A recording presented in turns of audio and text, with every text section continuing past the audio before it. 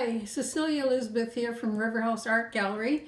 Today we're going to start a series of tutorials. The first one we're going to do today is called Distant Shoreline Trees. It's a basic wet in wet.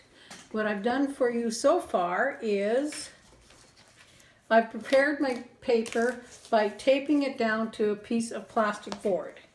We'll be using simple instruments. We're going to be using a 3/4 inch chisel brush.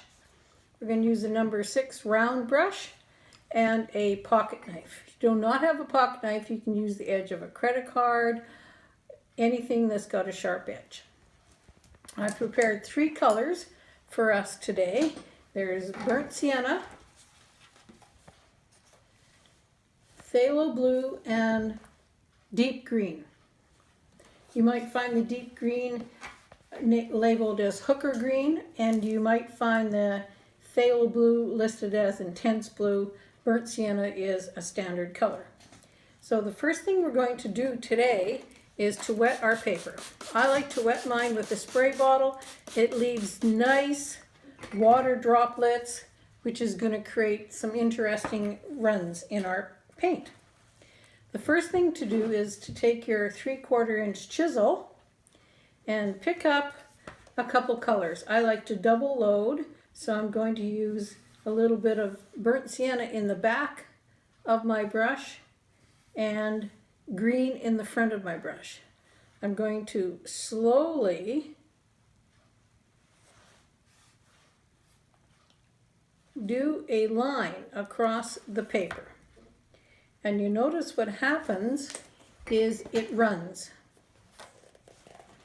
You're going to move your board around to give it all kinds of diffusing colors. You're going to continue that with the blue, the green,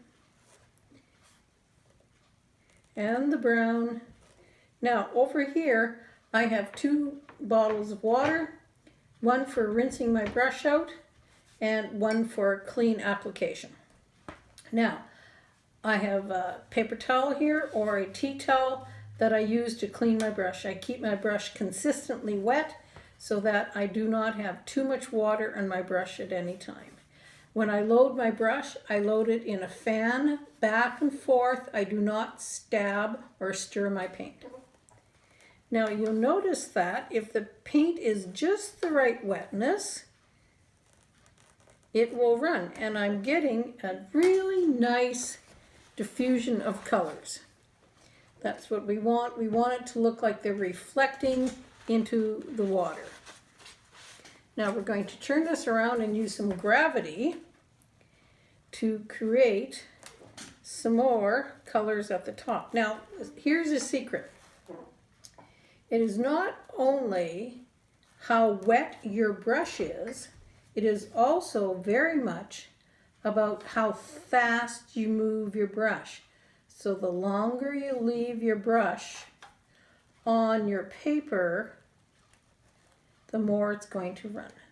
So once you get I'm going to run this back and forth and create all kinds of interesting backgrounds. Wonderful diffusion of color. That's what watercolor is about. So that's our reflection and our basic underpainting. We're going to put some definite trees into here. Now, one little trick I like to do is I like to take my knife and scrape through the horizon line, and that gives it a little bit of a beach, and it almost looks like rocks on the back end of that. Now we're going to take a quick break while I dry this with my hair dryer, and then we'll come back and we will put in more definite trees, and when we're done our painting should look similar to this. See you in a minute.